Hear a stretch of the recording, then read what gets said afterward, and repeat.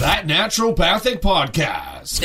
TNP. Hello there. Hi, and thanks for joining us. I'm Dr. Cara Denisio. And I'm Dr. David Miller, and we hear your frustrations. This show is for you. This show is for you if you're feeling like your current healthcare strategy is not getting to the root cause or the underlying reasons for your health. This show is for you if you've been told that you're fine, but you definitely don't feel very well. This show is for you if you're walking out of your doctor's office with 1, 2, 3, 4, or even 5 medications without any mention of diet, lifestyle, or a long-term game plan. This show is for you if you've got several specialists taking care of you, but no one is really putting it all together. This show is for you if you believe that health should be part of healthcare. These problems have solutions. We know it. Our patients know it. And we want you to know it. Naturopathic medicine is the solution that you need to know about. All right, we're back, Dr. Dave. This is Dr. Cara. What's our show called? Why don't you introduce Dr. Laurie? Welcome to another episode of That Naturopathic Podcast with Dr. Dave and Dr. Cara. And we're very excited today to have Dr. Laurie, who's a classmate of mine. Hi, welcome. Hi, Dr. Cara. Hi, Dr. Dave. Thank you for having me here. I'm super excited. Yes, we're pumped to have you. And also you were like so excited to be on our show. So of course, we're super excited to have you back too. Laurie, tell us a little bit about yourself, like where you're working and how you got into it. And then we'll get into your sort of unique perspective on how you go about treatment. Okay, so I graduated from naturopathic college about 10 years ago, and shortly after graduation, when I started seeing patients, I realized that we're dealing with chronic illnesses here, different habits that people have gained throughout the years that is just way beyond a 1-hour appointment visit. So I quickly learned that patients need a lot more integrative care to their wellness if there's any chance for them to get well. So just by adding a supplement or even just a couple different lifestyle changes, it takes months and months for them to actually change years of disease that's been built up over the years. So it was after my first, one of my very first patients in clinic who was on disability, and he was on maybe 6 or 7 different medications. He was the one that gave me the idea of having more of an integrative retreat style practice where I can lay out a plan for him saying, okay, from 9 to 5, this is what your protocol is going to be. And let's see your health start to transform. And so this patient now from 10 years ago, it's pretty amazing. He's biking all the time. He's in the best health that he's ever been from being on, seeing all the specialists out there on several medications and not really knowing what to do next. So it's opportunities like that where you're seeing patients who are kind of at their wit's end, and I seem to attract the ones where they're saying, okay, you're my last resort. What do I do now? And so I like that in a sense of they're willing to do anything that you say, and they really are hungry to get healthy. So that's where it started. And we've talked to a few guests, and Dr. Dave and I have talked about this, how working with the cancer population has a lot of challenges, but one of them, one of the silver linings is that population tends to really be engaged and proactive in seeking solutions and like doing what is required. Is that what following through, right? Yeah, absolutely. And I've actually seen it's been a mix actually, where some people are just so miseducated in when it comes to cancer care. They really look at their oncologist as if it's a god, and they really think that it's just drugs, chemo, radiation, and they don't really see the full picture of why their cancer developed in the first place. So I find the ones that come to see me are the ones where either their cancer came back and they think, okay, wow, that treatment wasn't a cure is what the doctors thought it were telling them, or the ones where maybe they weren't responding to conventional medicine, so they're looking outside the box. But you're right, when someone is typically diagnosed with something like cancer, they usually want to do everything you say to change. But it is a whole education slope there where it's not just about taking a drug like they've thought for so many years, and there's so much more to it. And if they don't change their whole lifestyle, yes, the cancer will come back. Yeah, we know so many of them are so affected by lifestyle, and as a sort of preventative. And I'm sure like a drug is even going to work better in someone who's got a better lifestyle and takes good care of themselves. What I thought was really cool about what we were talking about off the record a little bit before was, me and Kara talk about this too, like how you have an hour with someone, or 30 to 75 minutes with someone, and you're trying to change their entire life in 30 to 75 minutes, and like you do the best you can, and when it hits home well, then it's gonna do, you're better off for sure. But what's so different about your approach that we really want to highlight? Yeah, so I every visit, you just know as a naturopath, you're impacting them in some way, and they're going to take away little tidbits of information and apply it, and all of those changes are going to have a positive effect on their health, which is amazing. But when it comes to healthcare, I just feel like I myself am very impatient. I want to see results right away. And so a plan that would typically maybe would take 6 months to see, I want to see those changes happen in weeks, because something like cancer or something that's so debilitating to them, they want to see results right away. So what I've done is really created more of a retreat style center where it's very, they're just immersed in their health, and they're treating their health as if it's a job. So they're not coming in for an IV, which is maybe an hour, 2-hour treatment, and then going home and having the high stress and eating a bag of Doritos or whatever they would do in their lifestyle. They know that, okay, you're paying for this treatment, but let's get the rest of your lifestyle congruent with what our end goal is.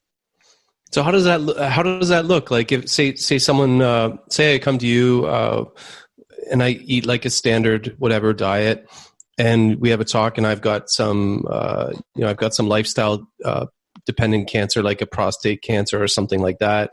I'm coming to you and I'm like, Dr. Laurie, help me out here. I don't really know where to even start. And I know you do IV, and I know supplements may be part of it, and diet is important, all that. But like, what is it going to look like beyond that sort of basic naturopathic oncology care that this person may end up doing, like with regards to the retreat setup? Yeah, so I've realized throughout the years of offering this type of care that just kind of like immersing someone into a retreat style, it's quite intense. So I've changed it where I can have a few weeks leading up to the program where they're starting to make those diet changes and lifestyle changes. So then when they get to the clinic, that their body's not going into this shock of like what health actually is and what that looks like.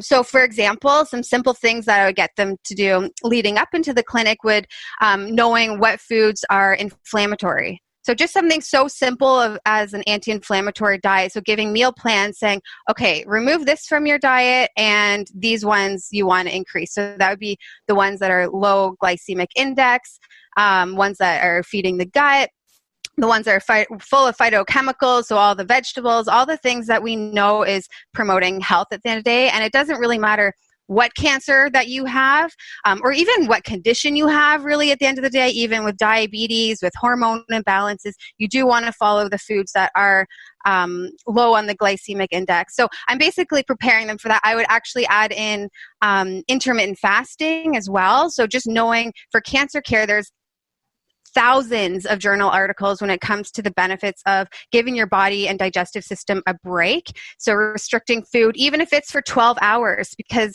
a lot of times people are eating from first thing in the morning all the way until they go to bed. So you're constantly spiking this insulin release, which we know is a growth factor in feeding cancer cells. So just learning simple things like that. Okay, let's just cut out food for 12 hours of the day while you're sleeping pretty much anyways. So these simple strategies. And then once they come into the clinic, they're not so dependent on having these foods all of the time. They're kind of prepped for what we're about to do.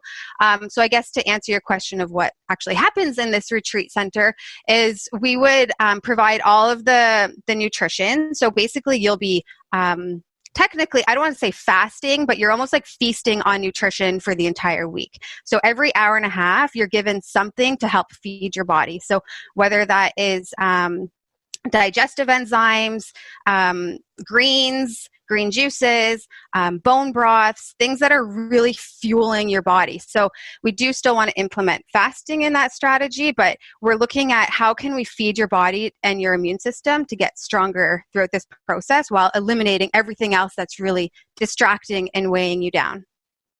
And it makes it super easy in a way, I guess, because you're providing all that for a week, right? So like you just show up and that's all sort of taken care of. Is that? That's exactly it. Because what I found too is people who are terminally ill and very sick, on sick leave, not working, and maybe they don't have the best support system. They want to get well. So when I would see them for that 1 hour appointment, I'd say, okay, you need to juice your greens and you need to steam your broccoli. And in their head, they're thinking, I can't even get out of bed. I'm so tired. So they're not going to go out and buy organic vegetables and wash them with apple cider vinegar before they just do not have the energy for that. And I get that. Like your mindset is in a totally different, like, I just want to survive this day. So to really go above and beyond, to do all the things you need to do to really be healthy, that's what I want to provide. So we're almost like upregulating that and getting your body stronger so then we can implement all these strategies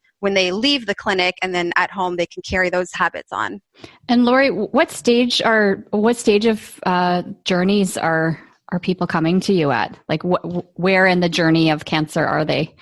I would say literally all over the spectrum. My very first cancer patient, he was given a month to live. He was terminally diagnosed palliative basically, and he was like slumped over in a wheelchair, and his wife was saying, okay, I heard there's something to naturopathic medicine, like he's not ready to die, so what else can we do? So literally from that palliative stage to people where they have stage 4 and the chemo, they're not responding anymore. I get a lot of people lately actually where they're first diagnosed and they want to have a more integrative plan, which is my favorite. Like, let's start these things right away and not wait for the very last minute.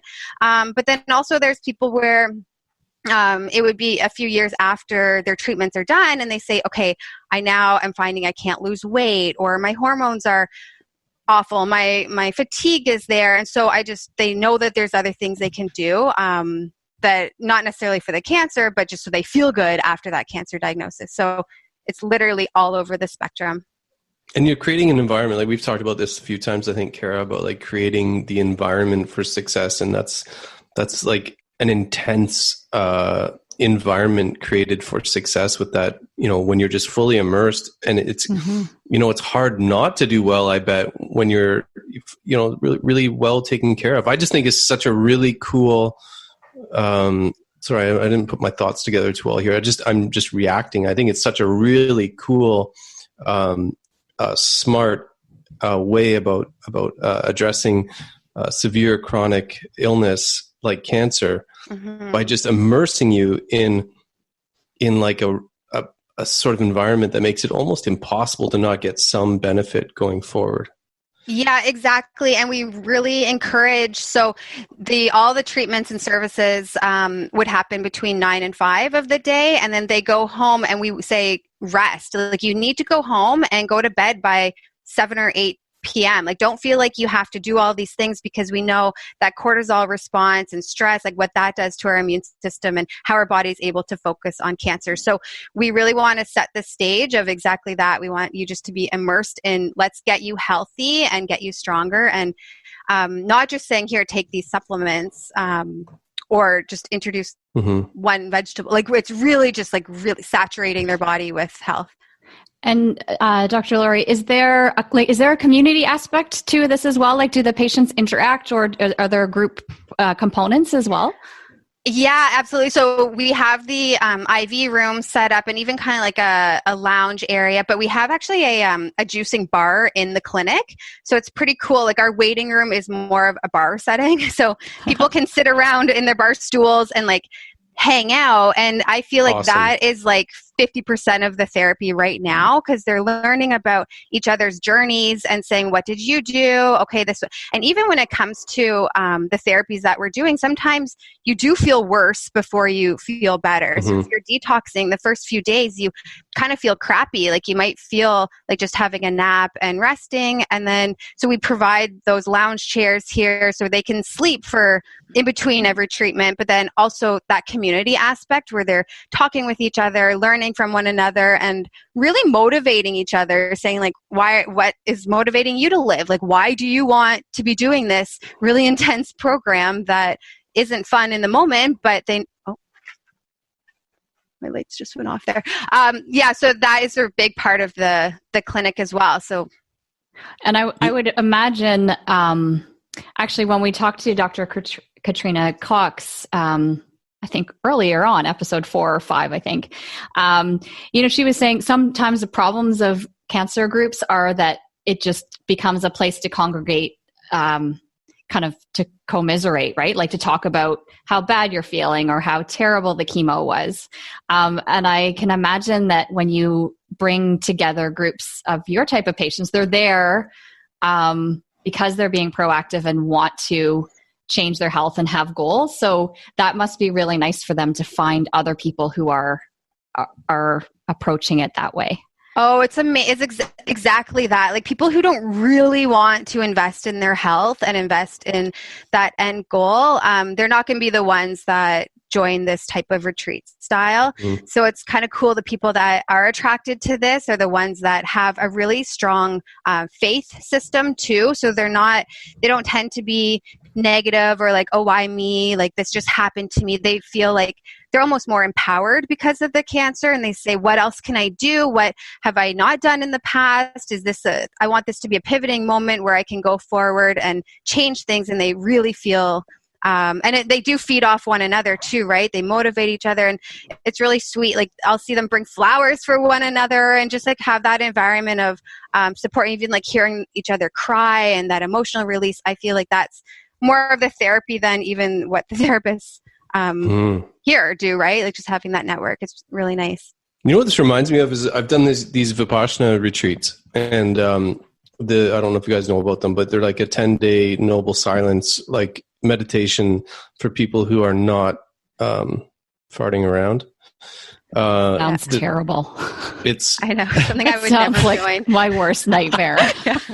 I've done it several times, but the point is they make the environment impossible. Like basically when you're there, all you have to do is like put the fork to your mouth and wipe your bum and brush your teeth. You know what I mean? Like they cook all the food. You've got lodgings. There's individual meditation. There's group meditation. You don't talk, but the funny thing is about group meditation, you always do better. We always do better. There's like this weird sort of primate brain thing where we try and like do our best in front of other primates. And, but they basically build this environment where it's like so hard to not, because trust me, meditating your face off for like 8 to 10 hours a day is not super fun. Trust me. It's sort of insane, but they make it such that like the environment is only for crazy committed people. And that's exactly who I want to attract. Is that how you market it? This is a program for crazy committed people. If you're slightly insane, then we welcome you. Okay, I should have said crazy, but I used the wrong. Super committed you said people. It like endearingly. Yeah. Like if you really want a change, that is what you need to do. Like I'm sorry, when it comes to cancer, I hear all the time where they say, oh, I upped my green tea, or I hear this and my cancer came back and I'm pissed off about it. But no, we know there's so much more to the story. And even part of that retreat style, I want to do outside testing. So there's a couple tests like nutrition genome where you can see like as far as your genetics, what foods you should be eating, carrying on like for your own genetic profile. But then also, have you been exposed to heavy metals for most of your life? Is that something we need to start chelating and getting rid of? Or are your hormones complete? Like, are you extremely adrenal fatigued? Like, that's what we need to look at too. So we're digging deeper, but without that 1 week or without that deep cleaning and resetting your system, it's almost like I don't want to say you're wasting your money, but like you're really chasing something that is like cancer is not something, it's not like a common cold, right? Like you really have to change your entire internal environment. Mm-hmm. So can we, you've just mentioned a couple, some cool assessments that you're doing. Can you tell us a little bit more about the clinic and some of the more specific therapies that you're providing? Sure. Yeah. So, one thing that I do like to look at, so I guess I can tell in more of a story. I had a patient who could not get his hemoglobin up after chemotherapy. So he had several rounds of chemo, and his hemoglobin was low for months and kept having to do blood transfusions month after month. And so we decided to test for his heavy metals just to see what kind of chemicals are remaining in his body and what is interfering with his ability to even hold on to iron and for it to boost his system. So we ended up seeing that his lead levels was, I want to say, 20 times higher than what it should have been. Was this in his blood or in urine? What did you test? So it was a provoked urine test from doctor's data. And so for us just to say, oh, let's keep giving you iron, or I'm sure that's what the conventional route would be. Let's give you things just to boost your iron. We want to know why was that iron not building in the first place. So part of a protocol that I would do for him, and I know after so many rounds of chemo that his kidneys were not as strong as they should or filtrating properly either. So we had to be careful with what kind of chelating agents we used. But for him, we would do high dose chlorella. We would use cilantro, some more of the more gentle things that bind to lead. And then we would incorporate coffee enemas as well. So when you're getting the liver detoxing and releasing bile, that's carrying out heavy metals. So the other things would be ozone saunas that we would do in the clinic. So by oxidating and allowing those chemicals to be released, this actually can be released through skin, which is pretty exciting. So same effect as infrared saunas where you're sweating out the metals, but it was only after doing a series of, I'd say it wasn't too long, it was maybe like 3 months of really cleaning up his system. It was the first time in even like a year where he didn't have to have those transfusions anymore. So when he saw his hemoglobin going up over 100, it was like, and then that wasn't something that he had to continue doing. Like once that exposure is out of your body, it's something that your body has that innate intelligence to really maintain. So that would be one of the testing heavy metals. I find most people are exposed to that, whether it's just from being outside in the high pollution rates or in our foods. And one thing we don't realize too is that we carry on that toxicity from 4 generations back. So even infants at birth, there's over 200 metals and chemicals in the placenta. It's crazy. Mm-hmm. It's right. crazy. And so you think like you're born into this really toxic environment where our cells are just overburdened. So no wonder we're coming out with more chronic disease. And I've even seen too where young women and men are having cancer, right? It's no longer just like, oh, you're over 40 or 50. Like we have 20-year-olds with breast cancer, and it's really sad, right? They think, what did I do? It's not in my family history. How come I have this? But knowing that the rate is 1 out of every 2 people, it's not shocking to me. Like that's not surprising. I'm going to bore the listeners who hear all these podcasts with the oversimplified Davism that removing bad things is often more important than adding lots of good things. And sometimes you have to add good things to get rid of the bad things, but like the heavy metals and toxins are a perfect example of that. If you just sort of get out of the way of normal physiology, it's amazing what the body can do, right? It's exactly that. And even just mindset alone, right? So people that are coming in who are in really horrible relationships and they're like, I'm eating everything perfectly and I meditate and I do all these things. And then they go home to a really awful partner. It's like that alone is so toxic and what that's doing. So it's like, even if toxicity means like the people you hang around with, like we need to reevaluate how that's making us feel and get rid of toxicity in it's funny you said that because the guy who teaches, Jean-Pierre Barral of the Barral Institute, the osteopath, he's on another level. I think the world of him, but sometimes people will come to him and his diagnosis will be like, wrong job, or or like wrong wife. You know? And it's Right? so true though. This guy's on another level, right? Like this guy's one of the most amazing manual therapists in the world. And at some point he goes, "Yeah, it's not your liver rubbing on your stomach. Maybe it's like that." Yeah, he's You're in also the French wrong though, job. right? He's French, so he has the Blunt. a good capacity to be very blunt. Yeah, and I straight love up. that. Like, I think people need to hear that, right? It's like, it's so incongruent with what you want. Like, you're working so hard trying to get healthy and spending all this money on whatever the next, whatever they're ordering online or whatever they're doing. But really, if it's like so obvious, whether it's their job that's so toxic, you really have to think, like, is that worth it? Like, is that giving me what I really need? Like, it's, it's that awakening. Dave and I sometimes have a problem with the word balance. We often, it's a fine balance, but sometimes I think we, in health, we err on the side of balance. Like, oh, don't do the extreme diet. Oh, you're too tired. Don't exercise 5 times a week.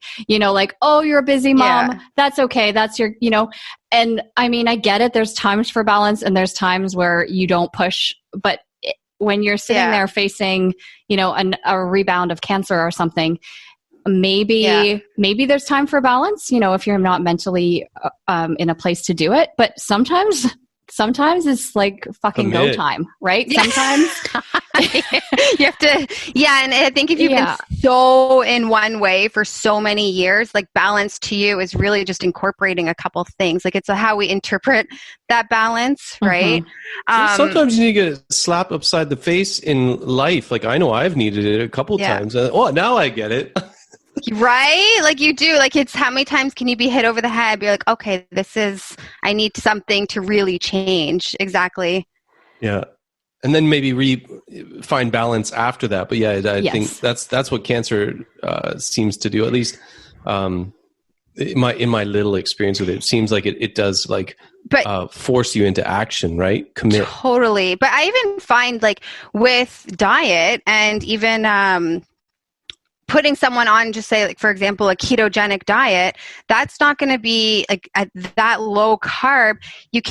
No one's going to be that compliant for years and years to come. So I'm all about diet variation, switching things up. So creating a new balance, like a healthier a lifestyle versus saying, eat this way forever or else you're going to get the cancer back. Like that grief and that fear alone is cancer causing. So if someone's petrified to live a certain, do something that makes them happy, then you wonder what's that doing to their emotional state too, right? It's not just what you're talking about, sustainability of change, right? Like I like the combo of like maybe going to like your retreat idea. Okay, so you get it intensive and you need that to sort of get traction. Like you were talking about, like I want some results. Well, I mean, nothing gets you going to step 2 better than good result in step 1, right? And so fully commit. Step 1, it's in. Okay, good. I'm seeing the result when I live like this intensity. But then you have to transfer that to like,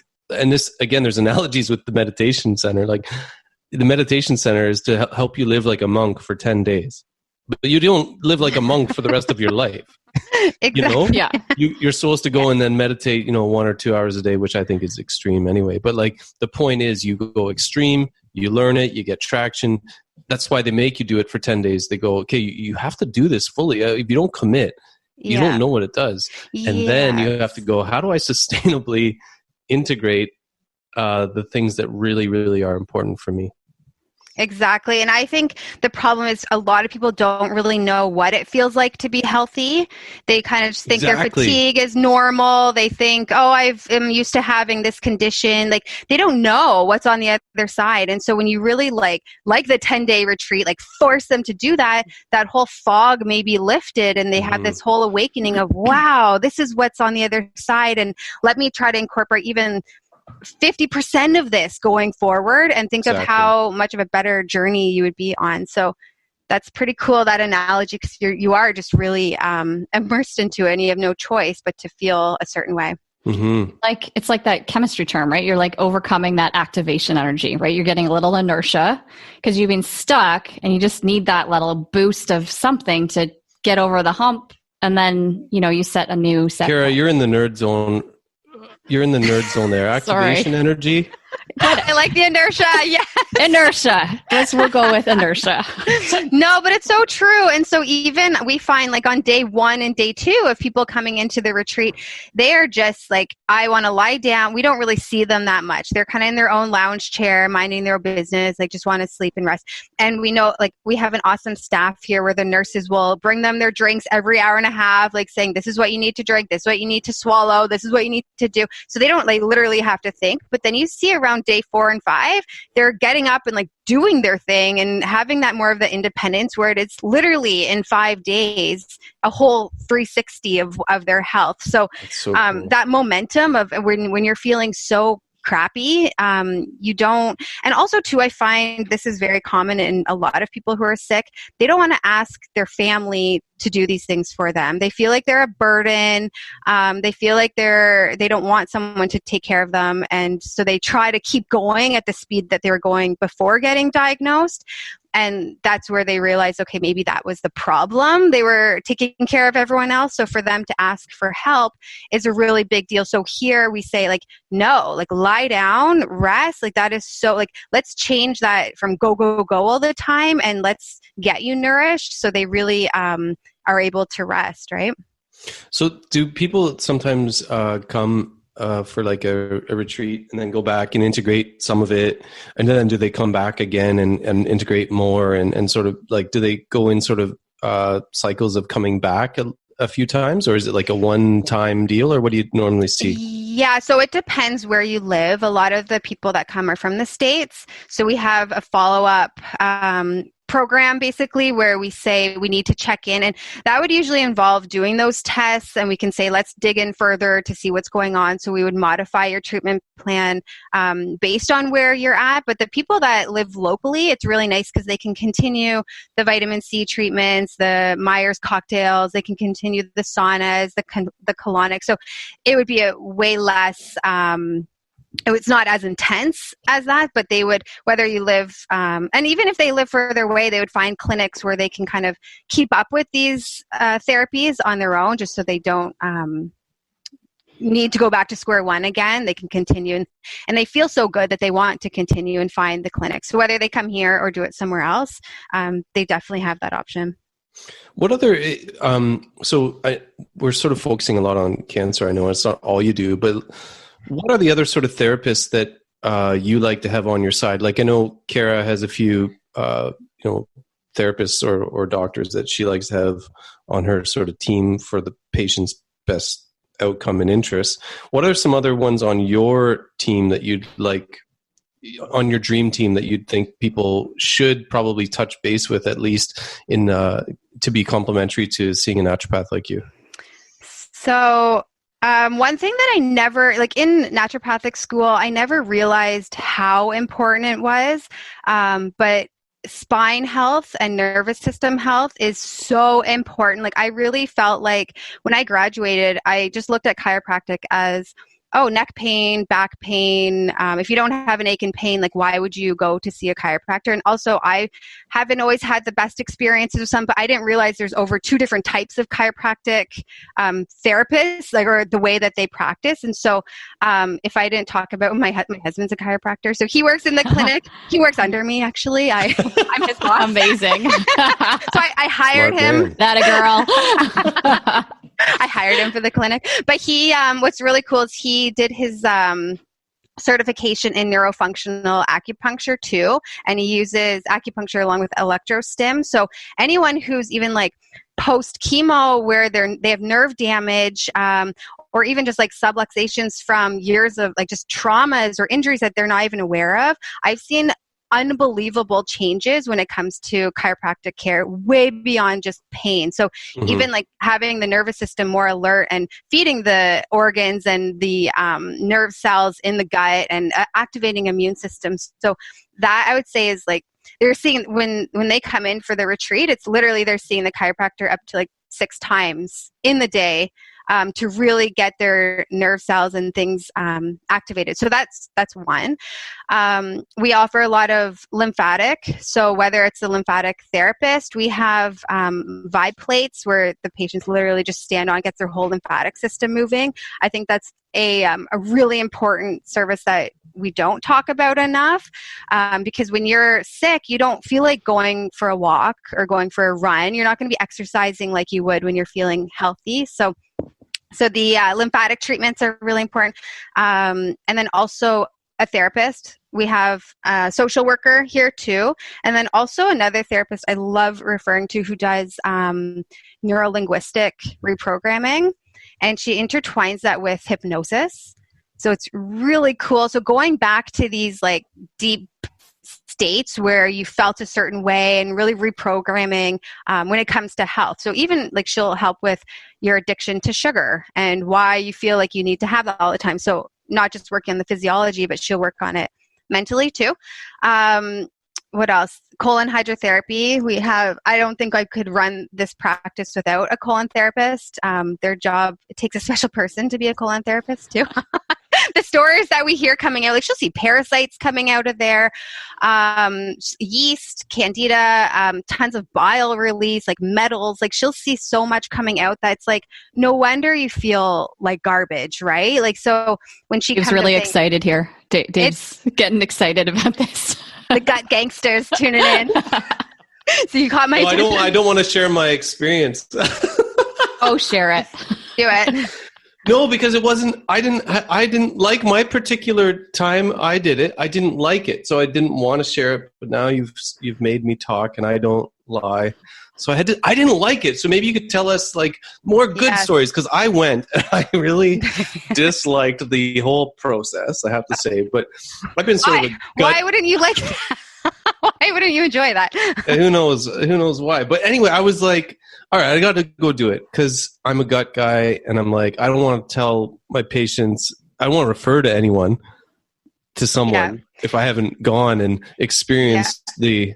I think enjoyment is in the brochure, Dave. I don't think the word enjoyment is there. No, especially the first like 2 minutes of the procedure. Like no one enjoys that. Like it's really something. And what's really great is our colon therapist like kind of calls out the elephant in the room. She's like, yeah, this part's you're not going to like. And this, but the thing is like, when it comes to colon therapy, I don't know how much detail here, but the speculum, like it's not going in far at all, right? So there's no risk of puncturing or injuring.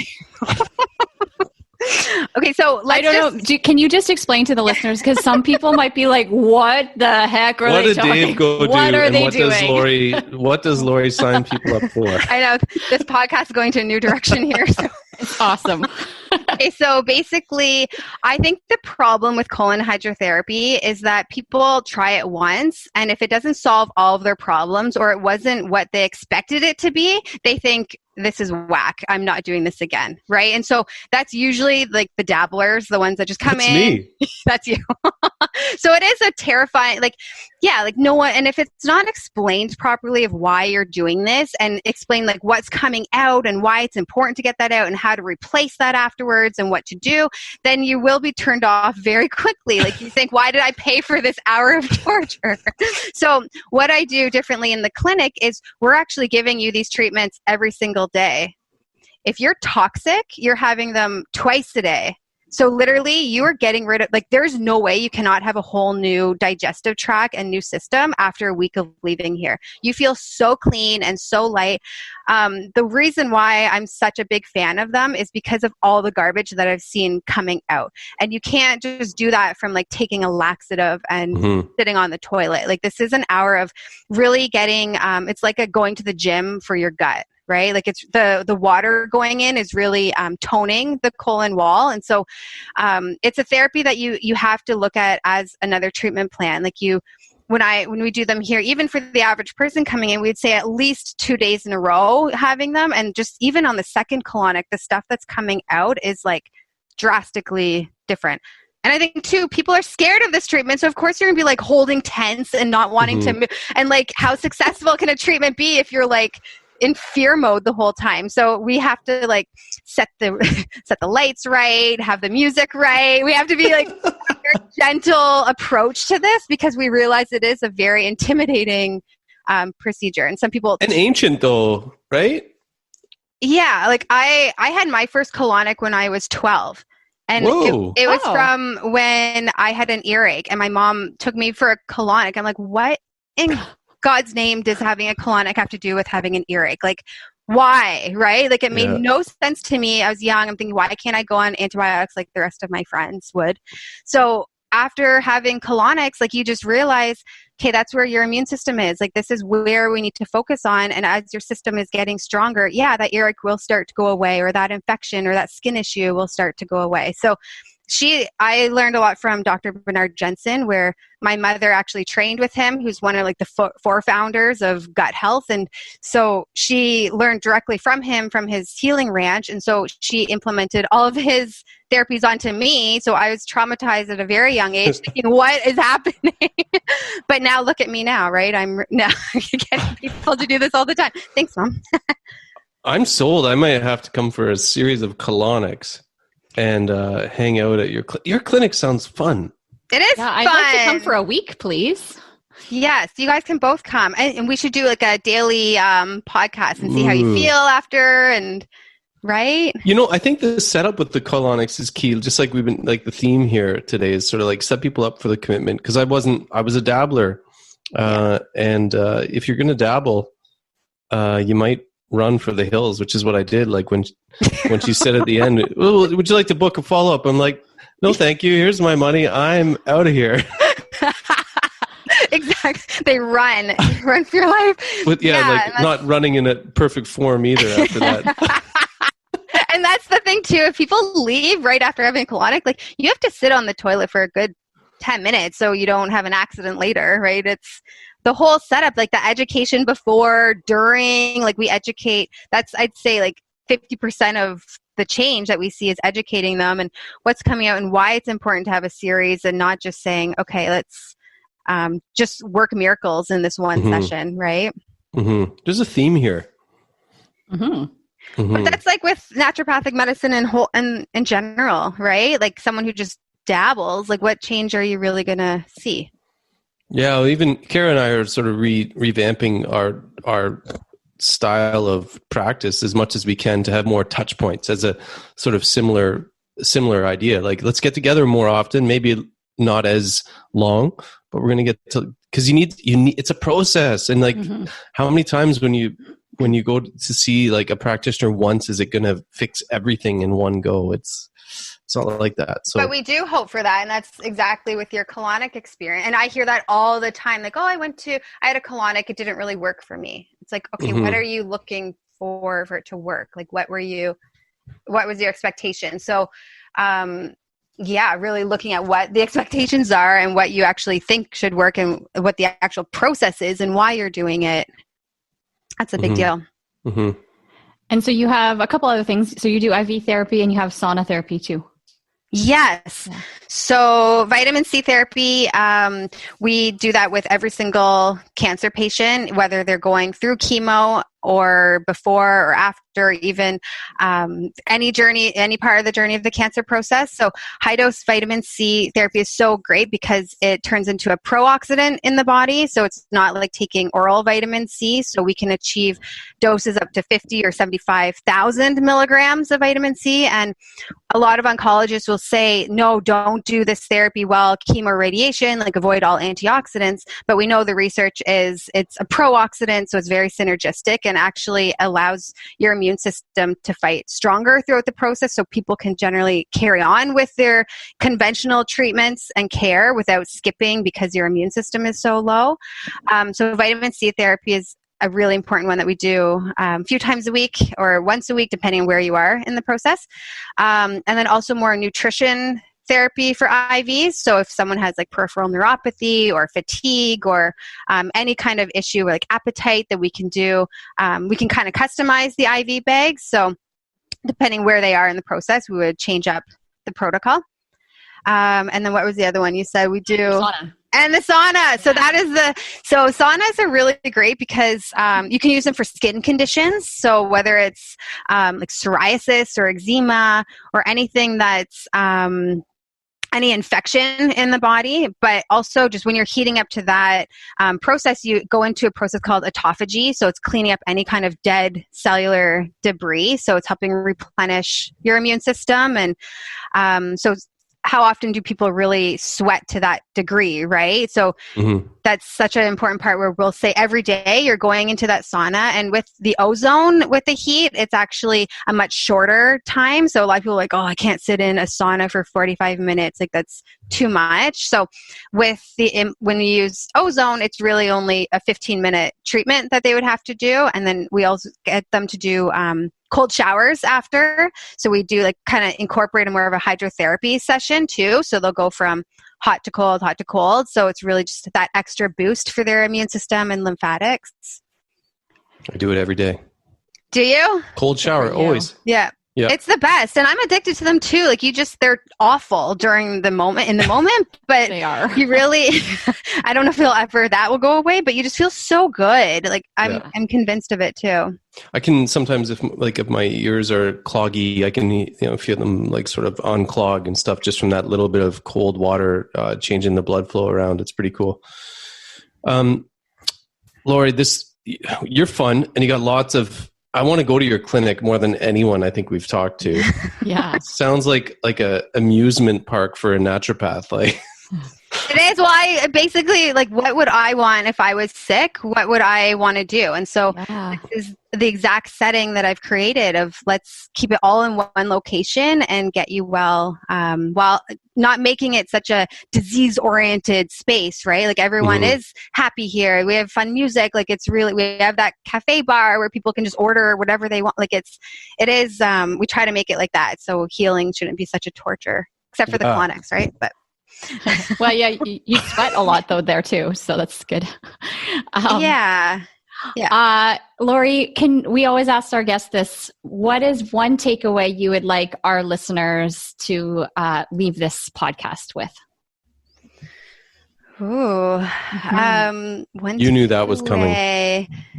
No. One takeaway would be to really look at health as if it was any other job that you have in your life. So don't put health on the side because you have a busy job that you need to attend to. Look at health as if it is your job, and you'll start to see the changes and outcomes as if you have goals that you're getting paid for, right? But getting paid in different ways. So love it. I like that, because if you don't have your health, you're not much use at your job and in your relationships and all that anyway. So I like that. Exactly.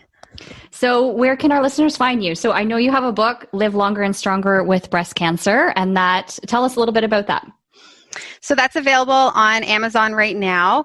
And it's really teaching the foundations of how to create an environment that doesn't produce cancer. So whether you're in remission or you're scared of getting cancer, wherever you are in the process, it's filled with meal plans and detox regimen. So it's really incorporating like mind-body connection too.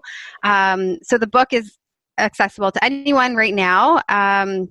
You can also go onto my website, insidehealthclinic.com, and then also even on Instagram, where I post lots of really fun, exciting stories too, and hopefully lots of value that people find valuable. So that's where you can find me. Awesome. Dr. Dave, any parting thoughts? I just want to go there. Where physically is it? Like you talked about all the cyberspace locations, but where physically are you? Yeah, so I'm in Oakville, Ontario, and we conveniently chose a clinic space where above us is condo. So people can rent out their like Airbnb all the time, where you just rent the room and have the whole place to stay. So in Oakville, that's where we're located. Okay. Kara, we have to go to Oakville at some point. Let's do it. We'll even just make it like a day retreat. It doesn't need to be the whole week, but we'll just say, okay, this day you're dedicating your health, and I want you guys to leave feeling amazing. TNP on the road. Yes. Yeah. Let's do it. Okay. Do that. I'm staying the whole week. Give me that colonics package. I'm doing it. We'll just do 7 in a day. We'll condense the 7-day to 1 day. Yeah.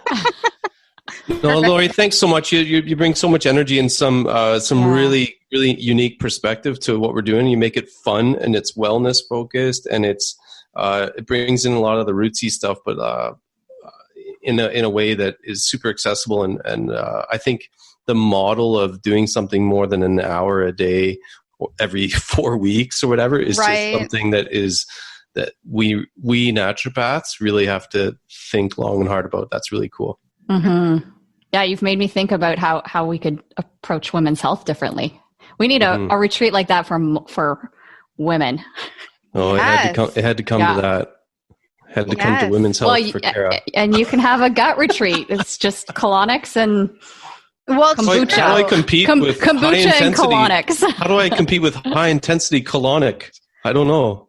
And so what the cool part too is like the coffee bar, you can get coffee in the colonic too. So you not only drink it, organic coffee in the clinic, but you can really, we're just so diverse here. Yeah. Wow. But yeah, I'm glad that we had this conversation. This was fun. And I hope we can do this again soon.